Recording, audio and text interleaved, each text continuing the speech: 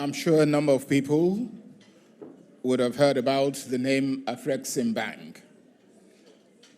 They do a lot of work globally, more so in low to medium income countries, supporting startups financially and making sure that these businesses are sustainable. And in the Caribbean region, we have Dr. Benedict Ojama, who's receiving a CGO Global Recognition Award for the job he does in the Caribbean islands. He's not here personally, but he has sent his representative, Okechukwu Injorika. Please come forward. On behalf of the president of Afreximbank, Professor Benedict Oke Orama, I wish to thank the organizers for this very important recognition of the work we are doing in Africa and in the Caribbean. And it's also instructive, of course, that we are getting this, it's being given to me from my Bahamian brother, where we had, for the first time in the Caribbean, hosted our annual meetings just in June last year. In Nassau, yeah. So it was a resounding success. It was built on the platform of what we call Global Africa, which is what the former president of Ghana may have described in the past, in the sense that he said that I am not African because I'm born in the continent. I'm African because Africa is born in me. So that means all of us in the diaspora, we are all Africans.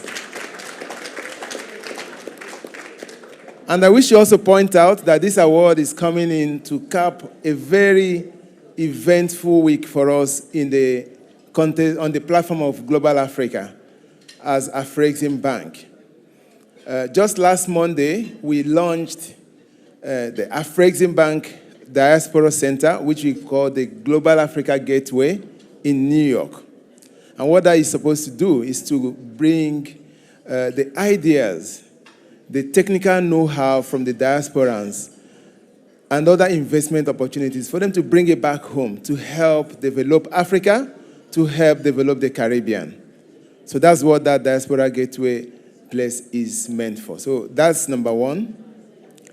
The number two was that within the week, we also welcomed Haiti as the 12th member of Afreximbank within the CARICOM region.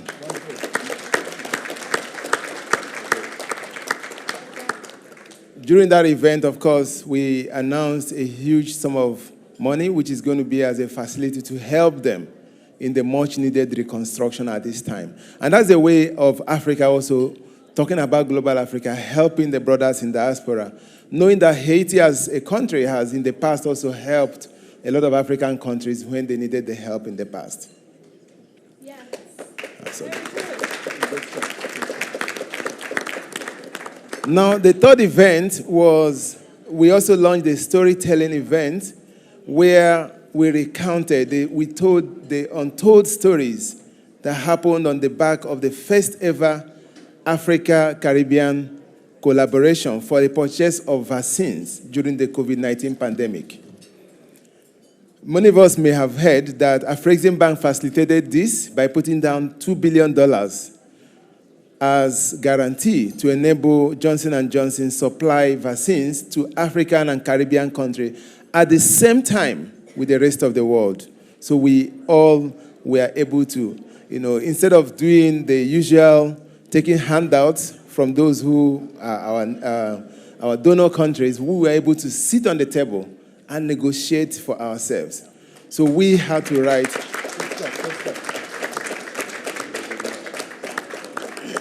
So for us, this is absolutely important, and it's something that we hold very, very dearly. So it also shows us that the sky is indeed the limit for us if that partnership between Africa, the Caribbean, and the diaspora is fostered. I want to welcome all of you to look inwards We rely solely on the expertise that most of you have. We have doctors, we have others who have done so well elsewhere, whose ideas, whose investment are also required to help develop the same level of competencies back home. And we want to count on you, and we want to present ourselves as that platform through which you will also be able to take those investment and bring it back home. Now, Afreximbank led by example by being the first to set up in the Caribbean. We opened our branch in August last year in Bridgetown, Barbados. The board of directors of the bank approved an initial limit of $1.5 billion to be used for eligible investment opportunities coming from the Caribbean. And this is expected to rise to $3 billion when we have the 15 CARICOM countries join us. So we are making progress. And within 1 year, we've announced quite a lot of deals. And currently, we are looking at about $2.4 billion of pipeline of deals through which we are hoping to bring investment opportunities coming from Africa into the Caribbean. For us, it means quite a lot. And it's something we want to take to the next level. We've instituted what we call the Afro-Caribbean Trade and Investment Forum, where we bring those with interest in the two regions in the same room to find ways of collaborating to do business among us, knowing that, of course, if you look at intra-regional trade around the world, trade between Africa and the Caribbean is quite, the lowest. So we want to make sure we rekindle that. We want to make sure that we drive. And we count on you, the diasporans, also to key into it and use that as a platform to identify investable opportunities that you all can take advantage of. So that event is currently at its third year. The first one, of course, was in Bridgetown, Barbados.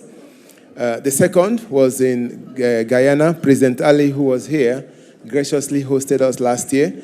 And this year, we had to combine that with our annual meetings. And we keep doing that. Next year, hopefully, we'll do that within the OECS country. So the chances are enormous, and we will keep counting on all of you and on all your support to make sure we foster this relationship. So that's why we cannot thank the organizers enough for this recognition.